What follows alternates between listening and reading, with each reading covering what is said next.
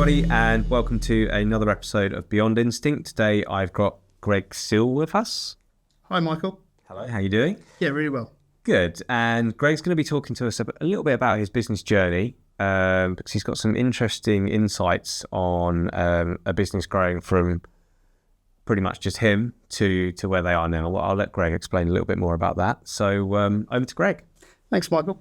Yeah, so Greg Sewell, company name's Cambridge Networks. This is our 27th year. And yeah, it's been a bit of a roller coaster. Started the business back in July 1998.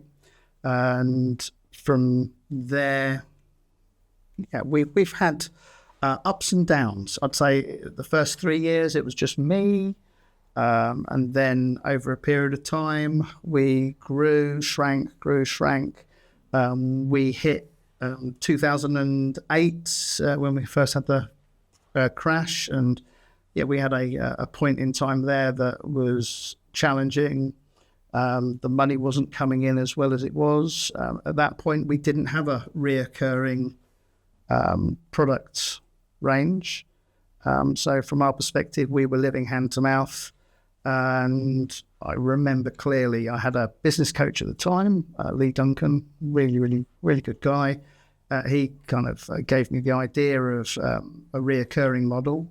We worked on that, and we then had a chat with a financial advisor, and he basically gave myself and Kirsty, Kirsty's my wife and been running the business together. It was a do or die moment. It was either get your head down, get out there and start selling, or hand the keys in. So that was our first real introduction into business is tough. And yeah, we took the former. We got our heads down. We had to make some tough decisions. We had to lay off a couple of people. I still remember the time that we were shopping for the month on £7.50's worth of Tesco club card vouchers. Yeah, it's humbling. It makes you focus the mind. We made sure the staff were paid first, and whatever was left we dealt with. And that was a hard lesson to learn. The business went on okay. I wouldn't say it was brilliant, but yeah, we went from 2008. Again, there was ups and downs, some good bits, bad bits, getting customers, losing customers. And around 2016, we'd reached that next stage of what are we going to do? Where's the business going? And Kirsty was basically saying to me, we need to sort something out. This isn't working. And we had an off-chance conversation through one of our customers, interestingly. They were in a group called Vistage, and they made us an introduction in a roundabout way to a guy who sold his business and was looking for investment. And I think that was one of the turning points in our business.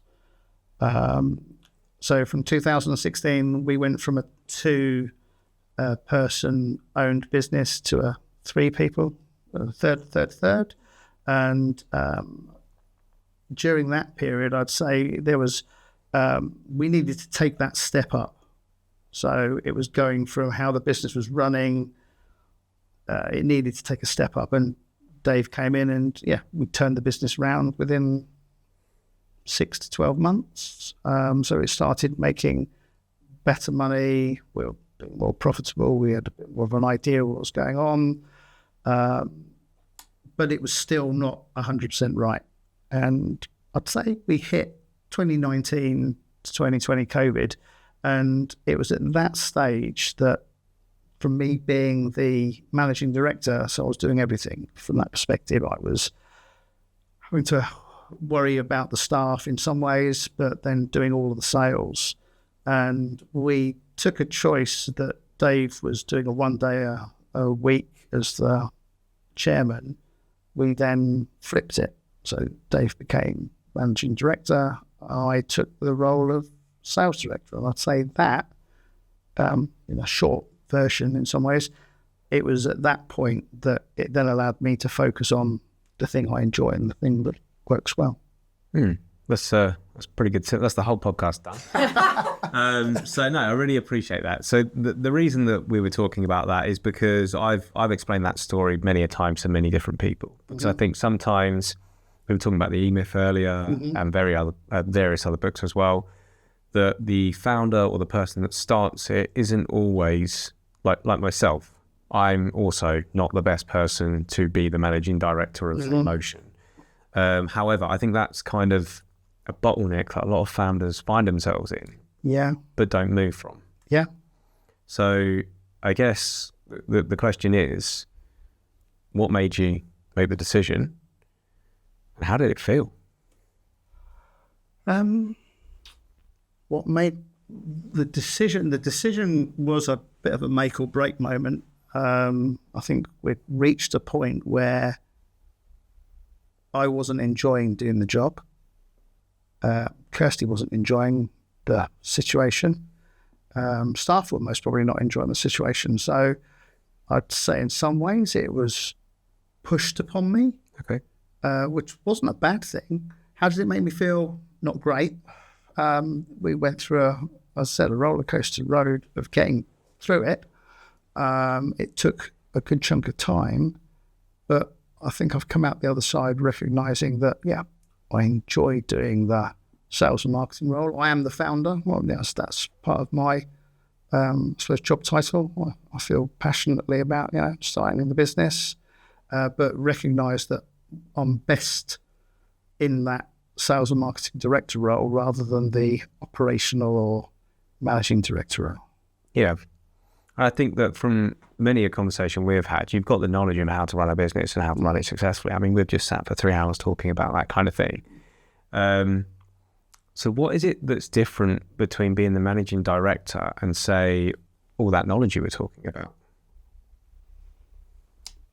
I think the knowledge is, in some ways, it's, as we've discussed today, it's easy having the knowledge and looking at somebody else's business. It's really easy to impart that knowledge and give ideas. Being the managing director, though, is you've got to be the leader.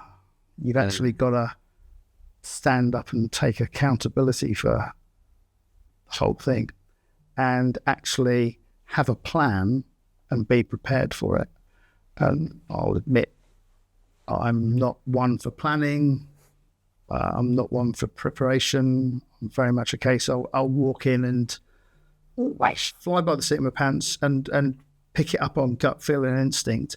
But gut feel and instinct will only take you so far. So I have learned that planning does help you.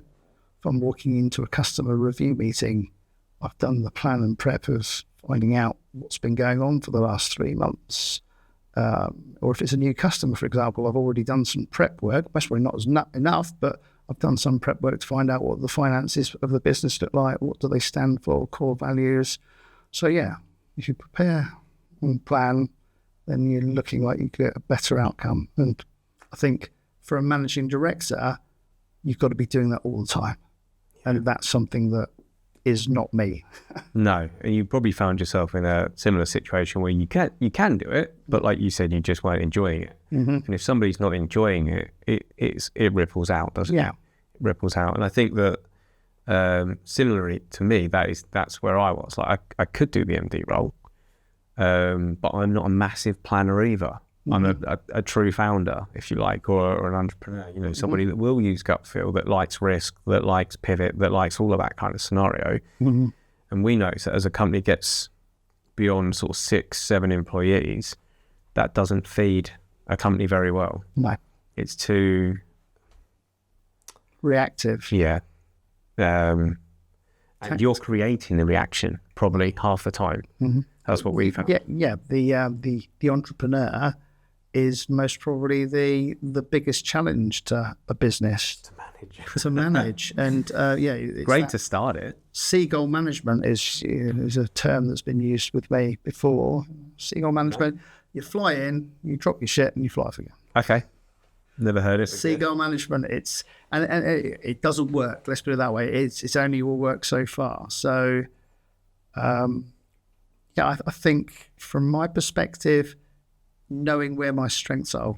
It's explained at work about playing me to my strengths, and the analogy is like, Gary Lineker. The people who remember who Gary Lineker is, get him the ball, he most probably would have scored the goal, but he would be no good in defence, no good at midfield. So, and that's the same in some ways with me. If I'm good in front of the customers, I'm good in working with suppliers and coming up with ideas. I'm not a completer finisher, let's put it that way. Lots of ideas. I'll reach out to people and find out information. There's qualities that I have got that are good. There's a lot of qualities I've got that are not so good. And it's then using the team around me that have got those skills to play me to my strengths. Yeah, and I think that's really, really honest. I think it's a good realisation. Mm-hmm. I think that Greg and myself were part of the networking group a few years back, and I saw this quite a lot where a company would say join, they'd grow, they'd be talking about how incredible it is they're growing, then they'd shrink back down and they'd say what a nightmare it all was. Mm-hmm. And I think what that is because somebody that normally starts a business probably isn't always the best person to run the business as it gets bigger. Or continue it. Yeah. Because you started it because you're a starter. Mm-hmm. We were talking earlier about when something becomes, just steady and normal, it doesn't fire us up as much anymore. No. And I think that's, but there's some people out there that absolutely love that and they want to tweak it the 1% and get that little bit more as well. I want 100% difference or nothing. Mm-hmm. Consistency is key. Specifically to run a good business, you need to get it consistent. You've got to have customers, you've got to have good staff, and that's got to start from somewhere. But at some point, for it to become profitable and reliable, you've got to have consistency, and you need the right type of person that can do that. And the likelihood is the starter and the person who doesn't complete and finish things doesn't need to be doing that consistency piece. No. And I think the other thing that from my side that I realised is that when you hired people, they bought into Greg. Yes. And then as you scale, you've got 10 plus people now. There's not enough Greg to go around. No. And also that it gets diluted, but also there's other people in the frame now that they're buying not in just to Greg anymore. It's into Cambridge Networks. Yes, it's become its own thing. It is its own thing. So it's that evolution, isn't it? From being a baby to a toddler to a teenager and then into adolescence. I'd say we're a teenager to adolescence now. It's standing on its own 2 feet. It can near as damn it do without me, but realistically, in some cases, I'm still the go-to person from a customer's perspective of getting in contact with me. So, it's a balance. So I've spoken about it a little bit, but probably not into depth. What is the journey like moving from a Greg orientated business to a Cambridge Networks orientated business? On one hand, it's enjoyable to see what's going on. On another side, it's really hard. It's, one of our core values within our business is collaborative. And there's times where I struggle with collaboration. I'll share. I've got no problems with sharing, but there is times where you just want to get on and do it. Yep. Just want to get it done and then suffer the consequences after it. But as it changes from which I could do when it was Greg. Mm. It was me and Kirsty, and who did I have to answer to? Whereas now, we've got 15 members of staff and got to put food on the table. So there's more thought and consciousness that needs to go into it. Mm. So I'd say it has its pros and cons, and it's trying to get that balance. From my perspective, starting a business was because I wanted to do what I wanted to do. Didn't want to be accountable to a boss in that sense, but that's part of it's that balance now of trying to get that level of accountability, responsibility, but still having that freedom, not being in a box. Yeah. Okay. So going through that journey then what you're saying is that you probably have less freedom than when it was Greg, to a certain degree, or freedom for making choices, maybe. Yeah, I'd say in some ways I have more freedom because financially better off from that financial freedom. Sorry, I meant around the business. Around the business. So yeah, there is less freedom. There's more checks and balances in place, which in some ways it's not good, but in other ways it is good because we don't want chaos. We want stability within the business. So actually that reining me back in is a good thing. Yeah. And I recognise it's a good thing. So from that perspective, having those checks and balances in place actually lets the business thrive in some ways rather than me running off at 100 miles an hour and everybody else, specifically then it was Big Kirsty, trying to keep up to pick the pieces. Yeah. Whereas now we've got a far more structured environment where we come up with ideas, we collaborate, we share those ideas, and then we choose whether or not which ones go forward. And that's working well. I think that's good. And I think that, do you enjoy that? Overall, yes. There are areas of it that are less enjoyable. It becomes a bit bureaucratic and a bit process-driven. I thrive best talking with customers, dealing with staff, dealing with problems, getting the quotes sorted and trying to fix somebody's problem. The rest of the day-to-day business pieces that I'd say I'm less interested and less engaged with. Yeah. Rightly or wrongly. I think that's right, because I think that any company that grows, you rarely find the person that either started it or even MDs to that point. They don't do it. They move out to a C-suite eventually, don't they? Mm-hmm. So the next stage, I guess, for you guys would be C-suite, would it? If you went by C-suite, so you like a COO, CEO, CMO, that kind of thing, where that MD role then gets split out. So at the moment you've got directors, haven't you? Mm-hmm. So then that'd be split out between a board of CEOs, pretty much, I guess. That would be the next stage of a business of your trajectory if you were looking to go. If we were looking to go, I think our next stage really at the moment we're a sales team of 2. I think the next stage would be to have an account manager coming in to actually take some of the load and pressure off me. And yeah, from a natural evolution, I've got to be mindful that at some point I am going to want to take a step back. So I need to have somebody in that can replace me. Within the other roles, the team are somewhat younger. So I can see we've got an operations director who's covering quite a lot, but I can see that being split out. So yeah, there will be a sales, ops, finance. That's. I think we're a while away from that yet, but yeah, that will be the trajectory that we will be heading towards for sure. But I think what I was getting at, which is key, is that you end up in lots of snipers versus somebody machine gunning everything. Yes. I mean? No. So we've got an accountability chart and roles and responsibilities. So from my perspective, I've got a defined set. And from that perspective, I can see that I could be taking a step back to then having a team that are more focused in their certain areas.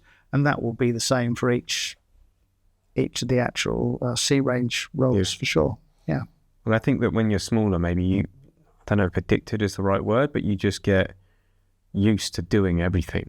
And you like that you're doing everything. Yeah. Wanted to be wanted. That whole thing of wanting to be liked and wanting to be engaged. I think that was, through the networking group, that was definitely something I noticed in the sense that I wanted to be liked. I wanted to be involved and to be helping people. I think most of people in either a networking group of some sort want to be there to help. It's not that they're obviously you're there to do business or to get business, but in some ways you want to be helping as much as getting. Yeah, and I think that's the key point that you're talking about, where you had to. So you can still do all of that, but you had to sort of sidestep? So I guess up to that point, something else, I don't know your whole background, but maybe you didn't know finance that well. You probably didn't at the beginning. Yeah, I'm not a finance person. But you just learned it. And then there was learned some of it, yeah. You learn, and then you need to know a bit about marketing. You learn, and I guess it gets to a point where not just Greg, Michael, whoever, you can't learn everything forever and be really good at that bit. You can't be good at everything. That's the realisation that you probably get to at the end. Yeah, and I think it's recognising what do you need to be able to do, be the best sales and marketing director or sales and marketing manager. There is a whole bunch of stuff that I need to focus on and learn, still learning. But that realisation point of what was I going to be? Was I going to be the best managing director, or was I going to be the best sales director? And that was a really hard decision to have to make, because I thought I could do both of them, but obviously couldn't do them both justified. So and I think I've made the right choice that the sales and marketing part is the bit that I do enjoy. Part of the reason starting the business in the first place, of being in front of people and fixing problems. But it then needs to expand out of that. At some point I recognised that we are going to need to grow the team, specifically in the sales area, because I can't manage all the customers. Of course, yeah. For the customers to get the best value, we need to have the right team around them. Yeah. Well, I'd be interested to know, so you obviously got to a point where you were MD, and it was running and everything was fine and it's okay. Same as me. And what happened with me is I think we tried to grow beyond that probably 2 or 3 times, and we weren't going backwards, but we couldn't really break that ceiling. And for me, I had 2 choices. I could either leave it where it was and it would be happy enough and everything's great, but I felt that the business deserved to move beyond. And that's kind of why we've done at Motion what we've done with the leadership team and me taking a sidestep. What was it for you? Similar in some ways. I think we wanted more as a team of 3 of the directors. We wanted more of the business. I think from my perspective, I wanted it in some ways, but I don't think I truthfully appreciated what that truly meant. Urgently. So I suppose I wanted the trappings of success and potentially the money. I'm not driven by money, but setting some goals and targets. I agreed to a bunch of goals and targets, but in the end, they most probably didn't make me as happy as I wanted. They were most probably bigger than I could truthfully deal with. Whereas we're now aiming at goals and targets that are more realistic, and I feel happy and confident with. And that's a really hard environment to deal with and be in. But I think I'd rather be happy making an average salary or an average wage that's not putting me and the team under too much undue stress and pressure. And that in itself is that was most probably a really hard decision to make. I think that's similar to what we were talking about earlier, isn't it? Where if I used to want to do something and I'd want it done in 3 months, as we're now the team are like, that's an 18-month project. Yeah. And to me, I go, 18 months? It's really that. But we could have done it in 3, but the team would have got really tired under that. For me, I think it was probably, sounds similar. We're not as far down the journey as you are, obviously. But I think it sounds similar, and it sounds like, but the team stability has been way higher. Yeah. I think customers are important, but I'd say your team is far more important. Yeah.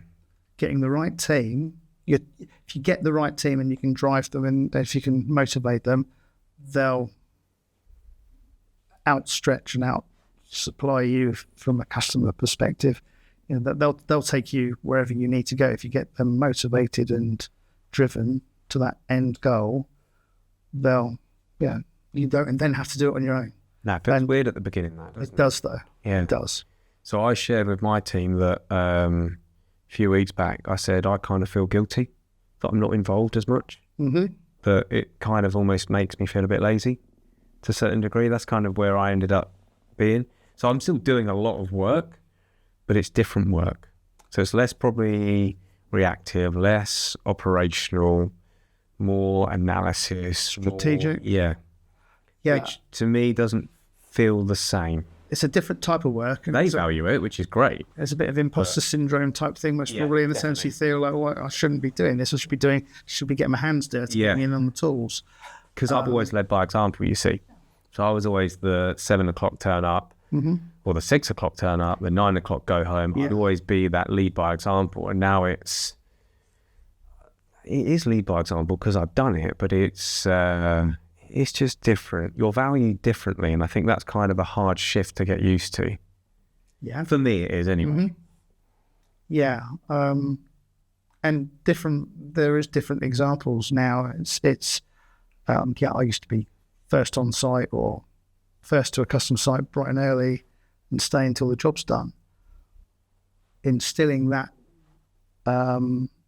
same work ethic in the team comes with challenges, but you've got to get them to believe and recognise this is why we do it. This is what makes us different from the other IT companies out there.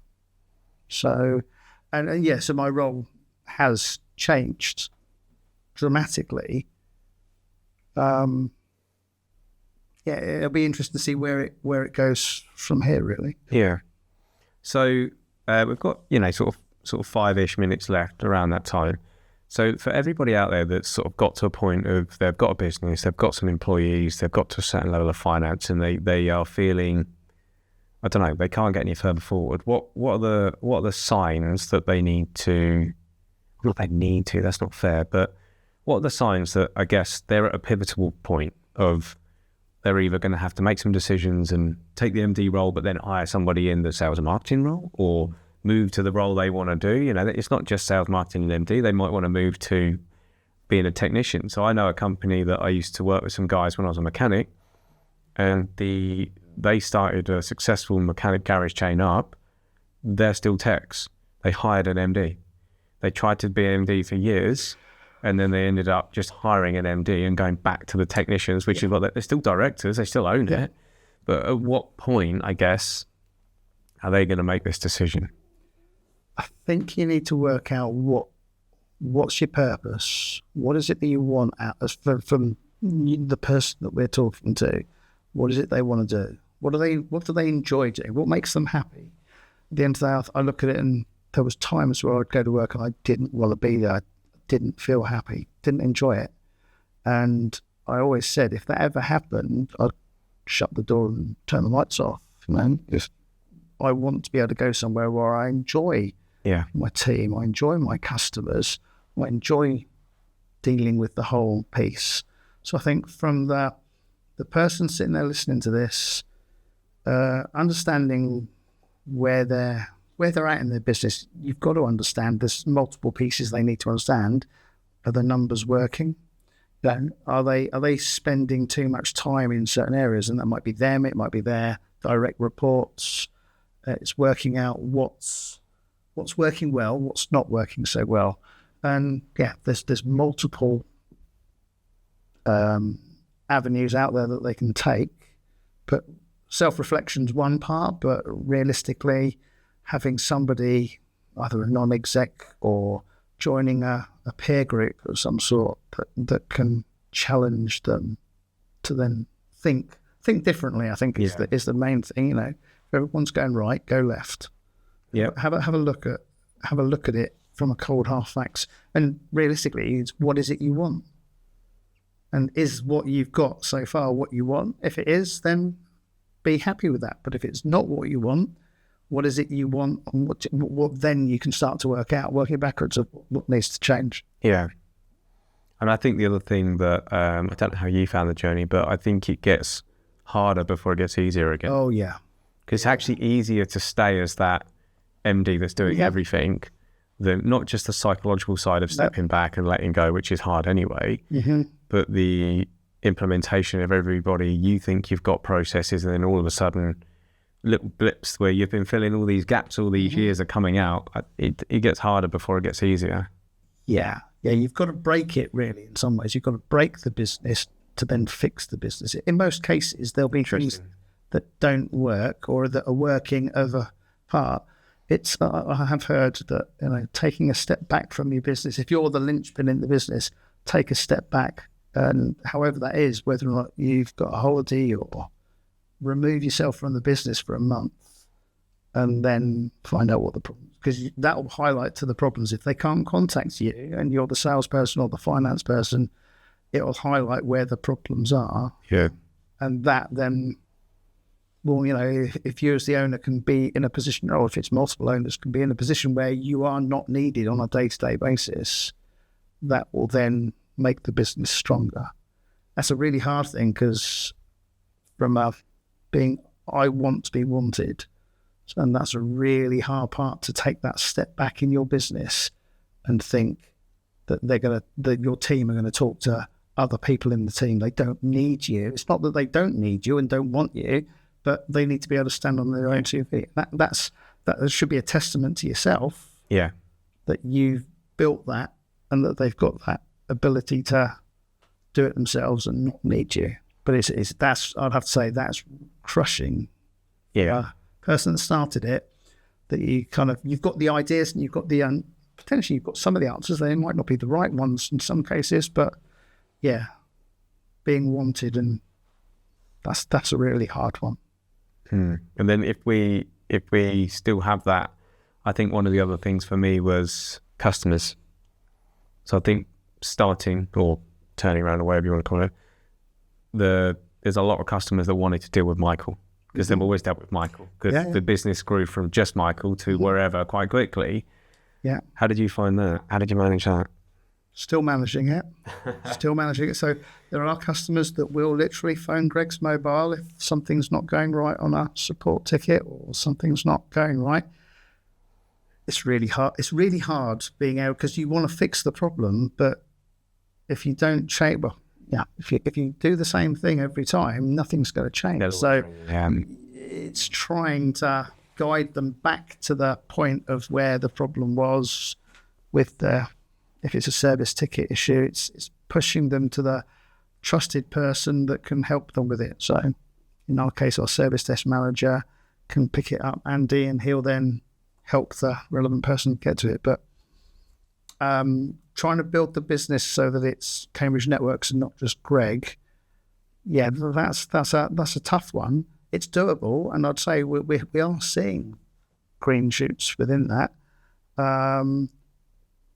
And it's trying to build on that, so that the customer feels valued and trusts that I'm still there in some ways, or that there's people around me that are in some ways better than me. Yeah. And that's work in progress. Yeah, they have to experience it a few times, don't they? Yeah. I think, because I used to get the phone call, and I'd be like, I am probably the worst person to ring right now. I will be the slowest reaction that you need. You need to speak to X, and they'll be like, but you did this, and I'm like, yeah, but that was 3 years ago, maybe. Like, we need to try and do that. And then after they've done it a few times, there's no issues. Yeah.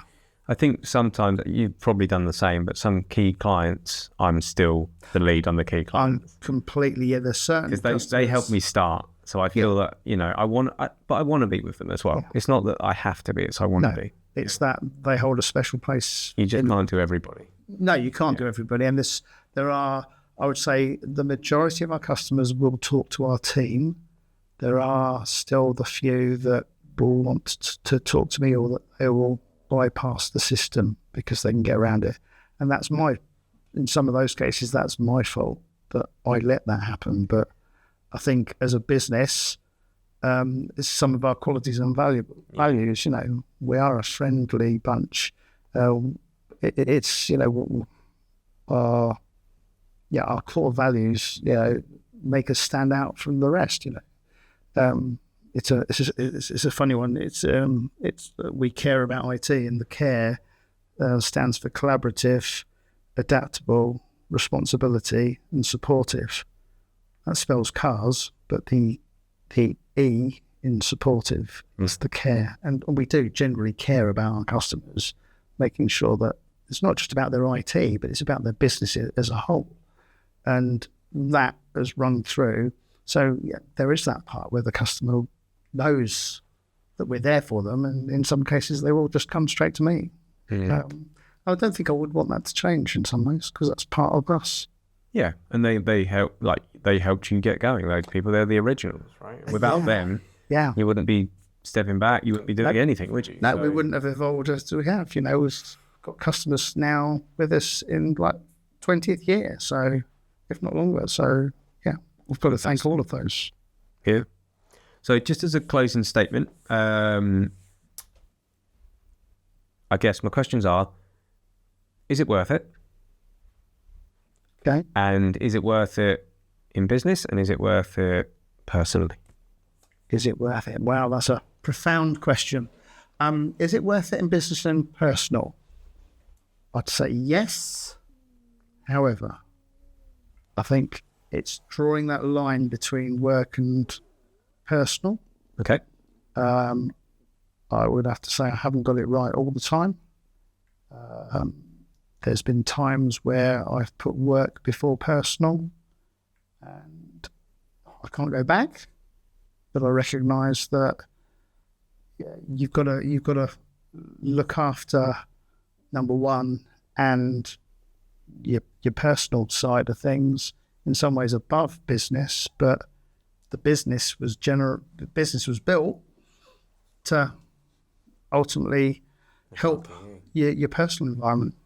So overall, yes, it's worth it, but there's got to be balance, and there's got to be switch off, which I've struggled with for sure. I think I hear that a lot, and I've done the same. And now recently, I've got 2 younger boys, and sometimes I'm like, I've booked to go to work, or like I've cancelled a day's holiday because I don't leave until the next day. But I did plan to have it off, and then I'll uncancel it, or you'll use it. I'm like, am I going to work for a genuine reason that needs to get something done, or am I doing it just because I feel bad that I'm not doing it? Or it's a habit. You get wired a certain way, don't you? You really get wired a certain way. Yeah. You can't go backwards. This is the other thing. You can't go backwards in life now. Whatever happens, and I look thinking that I'm doing it. I used to do it in the thought of I'm trying to help the customer, which will pay the bills, and in ultimate, that will also be helping my home life and business relationship, or home relationship. But the challenge being is, if you're out until 9 o'clock at night, your other partner and your child, your son might not have seen, seen them go to bed, but there's always tomorrow. But the challenge being is, if you have that mentality, you miss out on such a lot. So I would say, if there was anything, get the balance right. Get the balance right. Get the balance right, yeah. Great place to end. Right, I really appreciate that, Greg, and thank you very much for coming on. Thank you. Really enjoyed it. I've known Greg for probably about 8 years, 7, 8 years. Yes. Yeah. As some of Greg's advice and wisdom, because obviously he's gone through the journey that I've gone through now as well. Really helped in the time. So thank you very much for that. And like I say, I'll tag you on LinkedIn, and everyone can see you on what you're up to. Yeah. Thank you ever so much, Michael. Really appreciate it. Being involved. Thank you.